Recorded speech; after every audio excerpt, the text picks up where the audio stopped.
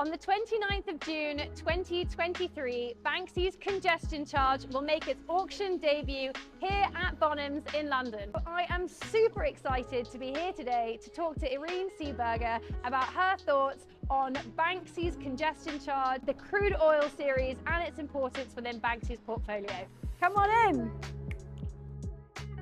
We have this wonderful work by Banksy called Congestion Charge. It is coming from the collection of Paul Smith, which is obviously wonderful provenance for work, and it is one of the vandalized oil or crude oil works by Banksy. So these works, they are a very particular, very famous group of works by the artist, because they fall into a group where basically he did a show in 2005. It was called the Crude Oils, and it was very famous because he rented a room and he put in all these vandalized old master paintings, and he also put in about 200 live rat, which was quite a thing at the time. Yeah. And people would have to, if you would go to the show, you'd have to sign a disclaimer saying that if a rat bit you or you got injured in any way, shape or form, it was your own fault and not the artist. Very Banksy, yeah. And in that show, he it was two types of paintings really, well, sculptures as well, where he would either take works that he found on flea markets in and around London and he would vandalize them, like we have it here, so he'd add his own little touch to it, or he would have paintings that were completely new, like painted anew, like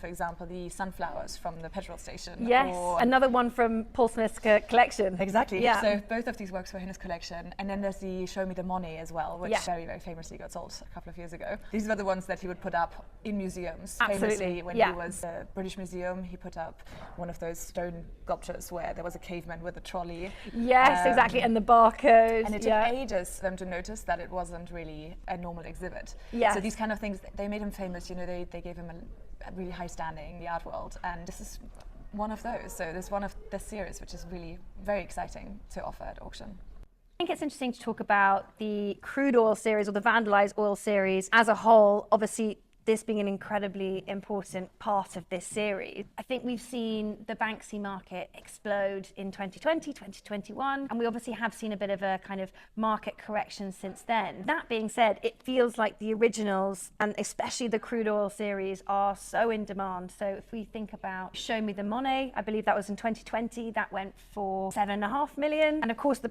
Paul Smith, the sunflowers from petrol station, I believe that was almost 10.7, almost £11 million that was achieved for that. How do you see the Crude Oil series, and especially with regards to this piece, how do you see them in terms of Banksy's value? Why are they so important, do you think? Well, I think the Banksy market, you can put it in different categories. You have the Prince market, which by the way is also incredibly popular. And you have some of his normal, I would say, normal works that are made for the market, really. They are works on canvas. Yeah. Often they are also editions, even though some of them are unique. Sometimes he doesn't quite finish the edition. We get this a lot where works are, they say it is an edition of 25, but he might have never finished the whole 25. Maybe there's 3 or 4 that we kind of know of. Or he suddenly changed the color combination, or he changed it a little bit. And because they're all spray paint, they're all a little bit slightly different. You know? So Balloon Girl, for example, there's quite a couple of different versions of the Balloon Girl. Yes.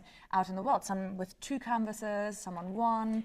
Absolutely. And then you get things like the Crude Oils, and the Crude Oils are kind of the holy grail, because these works, they're not only unique, they are also so distinct and so slightly different from his other works. They are the kind of thing that you really want to have in your collection if you collect Banksy. As I mentioned earlier, these are the works that he would hang in museums. You know, is this subversion of the established art market, these pretty pictures. Totally, these sort of chocolate boxy backgrounds that he does, you know, specifically Congestion Charge. I mean, it's this sort of very idyllic scene of a rural farmhouse juxtaposed with his sort of, you know, his take on it with the Congestion Charge, something so modern, something so of today. Exactly. These are the works where he can really sort of critique and make fun of the established art institutions, but also collectors. Yeah. Also, you know, especially with things like this work, a little bit urban planning, urban policies. Of course.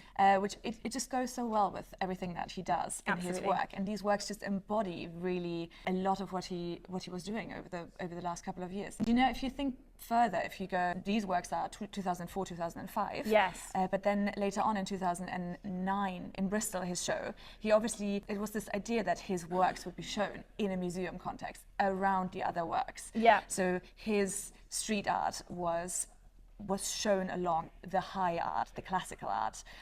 So these works are really the quintessence of that. And it's, I guess it's another layer of him subversing the art market, you know, creating these old master paintings, Yeah. the highest sort of echelons of the kind of art historical market. But, you know, Banksy's take on it. Exactly that. Yeah. It's this idea of, you know, the hallowed halls Yes. of museums, but also auction houses. Of course. Where people go and they spend their money on these very, very established old masters. And Of suddenly course. there's Banksy, and he's coming in and he's completely disrupting the whole idea. Yeah, and I love it. It turns the whole thing on its head. I mean, there's that fantastic piece, Morons. Yeah, I can't believe I you know. morons I actually love buy that. this. Yeah. It's just, yeah, it's brilliant. Yeah. Absolutely brilliant.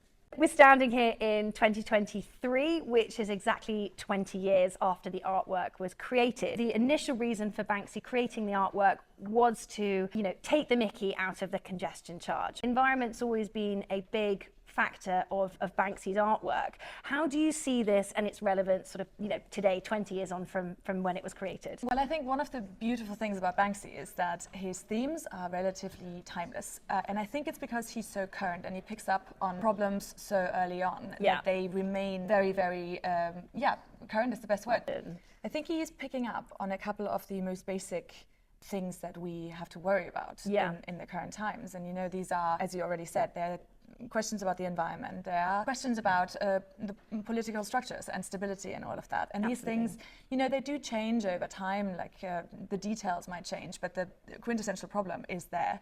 And what I like about this work is the congestion charge isn't only in this bucolic scene of this beautiful landscape, it is also in an area where you couldn't really drive because it's flooded. Completely. So you've got rising water levels. Also, as a little bit of a joke, maybe the quality of the street. You know, you charge the congestion charge, and in England you hear a lot about potholes and things like that. Absolutely. So this idea that you are being charged for an unusable road, that is A, unusable because it is flooded, and B, it is not necessarily needed to have a congestion charge there because this is very rural. Absolutely. So it's this whole idea of just the joke of how unnecessary it might be. Completely. Or, And the efficacy of the policy to actually sort of, you know, to promote sort of public transport and to try and reduce emissions. I mean, how effective really is it? Exactly. Yeah. So yeah, it's a wonderful work and really, really highlights that. Yeah. Is there a kind of added sort of bonus to there only being, you know, one collector in the provenance? You know, obviously Paul Smith bought this from Santa's Ghetto in 2004, from those sort of iconic micro shows that happened, you know, in London. It's only had one collector, you know. People, apart from the images from that specific show, people haven't seen this work, you know, in the flesh since then. So does that add to the excitement as well of the sale? This is really as good as it gets. Yeah. You really want artworks at auction that haven't been up that much, that have been in the private collection of one individual or in a generational collection, you know, inherited by the father or something. Those are the things that you really want because it means these works are very, very rare. These are excellent opportunities. This one moment to acquire the work, and then it might go back into a private collection and it might not be seen again for many, many years. So this is that it does affect the price because then this is your one opportunity. Well, thank you so much. No worries.